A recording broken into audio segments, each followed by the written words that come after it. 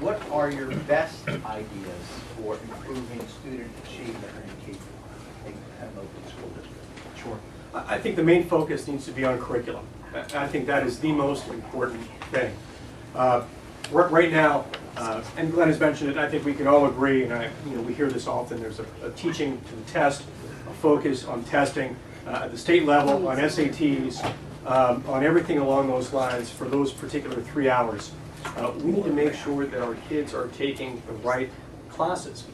So many people would call me and say, Dr. Lopez, my child's ready to go to college, but what should they be taking their senior year in high school? Well, I tell them that they should be taking 5 core academic classes, and the majority of those classes should be filled with science.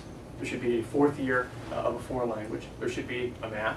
There should be, again, all of the important core courses.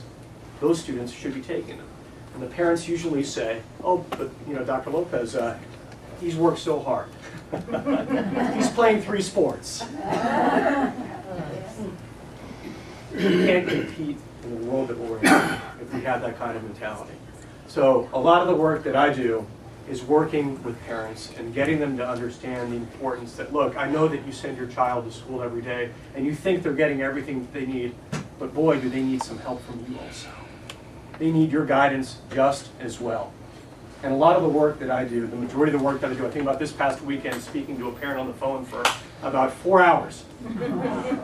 I'm not going to say the student's name because this is Delaware and you're going to know who he is. That's probably right. But making sure that we have those levels of student support, but most importantly, to focus on the academic core curriculum and finding out what employers are looking for, but finding out what colleges and universities are looking for.